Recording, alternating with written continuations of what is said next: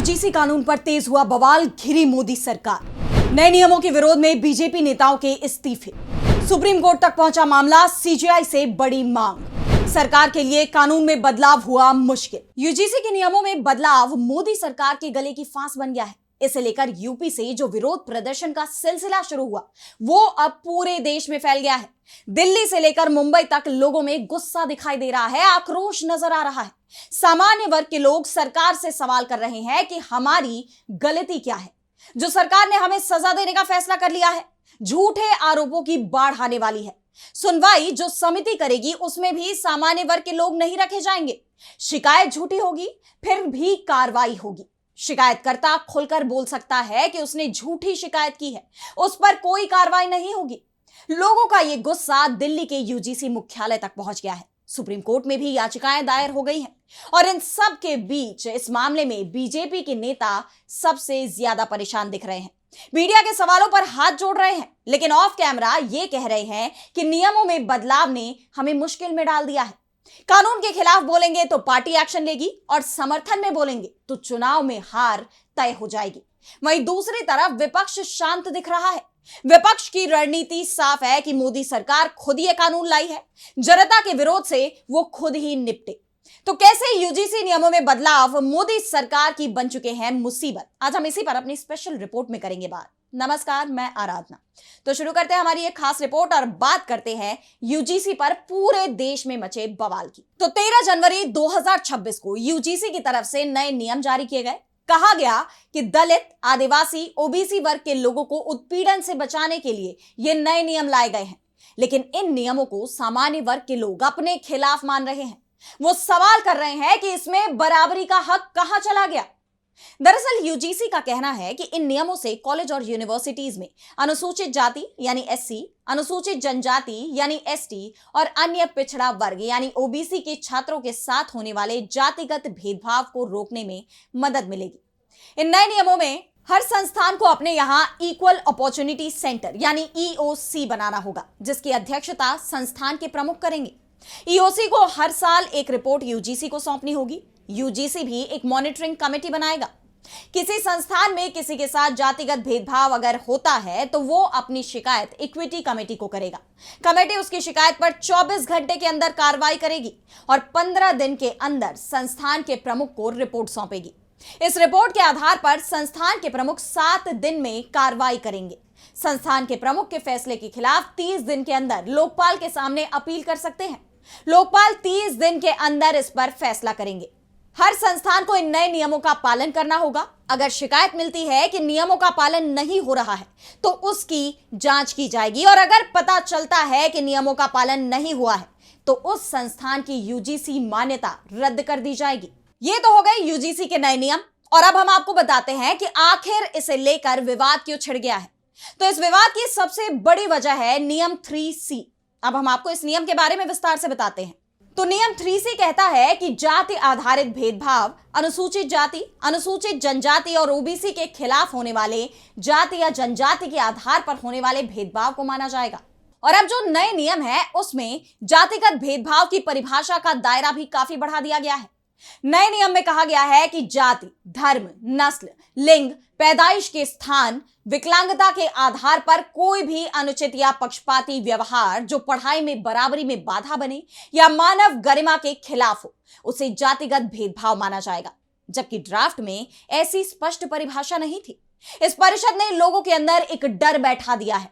अब कोई भी छोटी मोटी बात या बहस को भेदभाव का नाम देना आसान हो गया है। अब कोई भी छात्र सामान्य वर्ग के शिक्षक या छात्र पर भेदभाव का आरोप लगा सकता है, भले ही आपस में वो सामान्य बातचीत का हिस्सा रही हो। इस विवाद का दूसरा सबसे बड़ा मुद्दा ओबीसी यानी अन्य पिछड़ा वर्ग को लेकर है, क्योंकि जब नए नियम का ड्राफ्ट तैयार किया गया था तो इसमें सिर्फ एससी और एसटी वर्ग के लोगों के खिलाफ भेदभाव की बात कही गई थी, लेकिन फाइनल नियमों में ओबीसी को भी शामिल कर लिया गया है।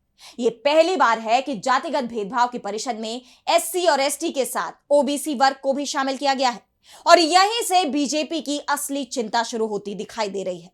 सबसे बड़ी बात तो यह है कि शिकायत झूठी होगी तो भी शिकायतकर्ता पर कोई कार्रवाई नहीं होगी, जबकि पहले जो ड्राफ्ट सामने आया था उसमें कार्रवाई के नाम पर जुर्माने का प्रावधान किया गया था। वैसे विरोध तो इस बात का भी हो रहा था कि सामान्य से जुर्माने पर झूठी शिकायत करने वाला आसानी से निकल जाएगा। ऐसे में झूठी शिकायत करने पर सख्त एक्शन होना चाहिए। लेकिन एक्शन की बात तो दूर, इन नियमों में जुर्माने की सजा को भी हटा दिया गया है। अब जब तक शिकायत का निराकरण नहीं होगा, पीड़ित का उत्पीड़न होगा। शिकायतकर्ता पर किसी बात का दबाव नहीं होगा, यानी शिकायतकर्ता के हिस्से सिर्फ जीत आएगी। शिकायत झूठी हुई तो भी उसका मकसद अपने विरोधी को परेशान करने का पूरा हो जाएगा और एक सामान्य से शिकायत पर भी बड़ी कार्रवाई हो जाएगी। यूजीसी की जो नई परिभाषा आई है उसे लेकर लोग ये सवाल भी कर रहे हैं कि क्या सरकार ने यह मान लिया है कि सामान्य वर्ग के लोग अत्याचारी होते हैं और बाकी के लोग पीड़ित होते हैं। अब बात करते हैं कि बीजेपी को आखिर सबसे ज्यादा डर क्यों लग रहा है। तो बीजेपी के डर का सबसे बड़ा कारण पहला तो यह है कि आमतौर पर सामान्य वर्ग उसका कोर वोटर माना जाता है और दूसरा ओबीसी वर्ग में कई मुस्लिम जातियां भी शामिल हैं। ऐसे में शिक्षण संस्थानों में हुए धार्मिक विवाद में सबसे ज्यादा उत्पीड़न सामान्य श्रेणी के लोगों का ही होगा, फिर चाहे वो शिक्षक हो, स्टाफ हो या फिर छात्र। और इसी के चलते सामान्य वर्ग के लोग आंदोलन कर रहे हैं। बरेली के सिटी मजिस्ट्रेट अलंकार अग्निहोत्री ने यूजीसी नियमों के खिलाफ अपना इस्तीफा दे दिया है। उन्होंने कहा है, मैं यहाँ पे जिलाधिकारी महोदय से प्रश्न पूछने आया हूँ। कल रात को किस व्यक्ति का कॉल आया था जिलाधिकारी महोदय के फोन पे, जिसमें पूरे बोल रहा था कि साला पंडित पागल हो गया है। कौन सी विचारधारा का ब्राह्मण विचारधारा है? पंडित जो आपसे पंडित के नाम से जो गाली दे रहा है, ऐसी कौन सा विचारधारा व्यक्ति जिसने कॉल किया था कि साला पंडित पागल हो गया है? मैं भारत की माननीय राष्ट्रपति महोदया, भारत के प्रधानमंत्री जी और भारत के जो गृह मंत्री अमित शाह जी है, उन सबसे निवेदन करूंगा जल्दी से जल्दी यहाँ पे संवैधानिक तंत्र सामान्य वर्ग पूरा खिलाफ हो चुका है। करंट जो सरकार के खिलाफ हो चुका है। आप तुरंत से तुरंत गवर्नर बैंक के माध्यम से एक रिपोर्ट लेके यहाँ पे जो संवैधानिक तंत्र को जो है वापस जो बहाल करें, यहाँ राष्ट्रपति शासन तुरंत लगाएं। लगातार धरना प्रदर्शन कर रहे हैं, काफी लोग मनाने की भी कोशिश की गई है। आज आपको धरने पर मेरा प्रश्न है ये अपने जिलाधिकारी महोदय से कि कौन से ऐसा विचारधारा का व्यक्ति उनसे फोन पे बात कर रहा था जो निर्देश दे रहा था कि ये साला पंडित पागल हो गया है। आप सोच रहे हैं कि हम बार बार आपसे बोल रहे हैं कि उत्तर प्रदेश सरकार है ब्राह्मण विरोधी विचारधारा पे काम कर रही है, और कौन सा ऐसा व्यक्ति था उसका नाम उजागर करे। डीएम साहब यहाँ स्वयं आए, डीएम साहब स्वयं आए, और मेरे अगर डीएम साहब मना करते हैं तो मेरे प्रधानमंत्री मोदी जी से निवेदन है कि आप स्वयं यहाँ बनारस से उत्तर प्रदेश में सांसद हैं। ऐसा कौन सा व्यक्ति विचारधारा है? आपको सब समाज आपको वोट देता है, सब आपके साथ है। यूपी में बीजेपी के सैकड़ों नेताओं ने इस्तीफा दिया है। बीजेपी मंत्रियों से सवाल पूछे जा रहे हैं तो वो कन्नी काट रहे हैं। केंद्रीय शिक्षा मंत्री धर्मेंद्र प्रधान की सफाई जरूर सामने आई है। उन्होंने कहा है कि नए नियमों का दुरुपयोग नहीं होने दिया जाएगा, लेकिन वो भी ये नहीं बता पा रहे हैं कि अगर दुरुपयोग होता है तो आगे क्या होगा। यह मामला सुप्रीम कोर्ट भी पहुंच चुका है।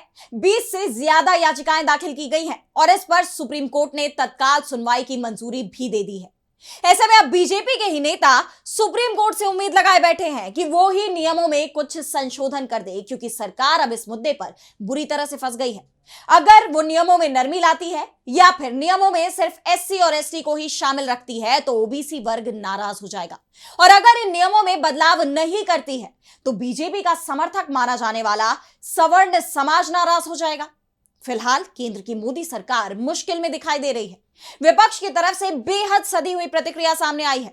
नए नियमों का विपक्ष समर्थन कर रहा है, लेकिन सामान्य वर्ग की जो आपत्तियां हैं उस पर सवाल मोदी सरकार से कर रहा है।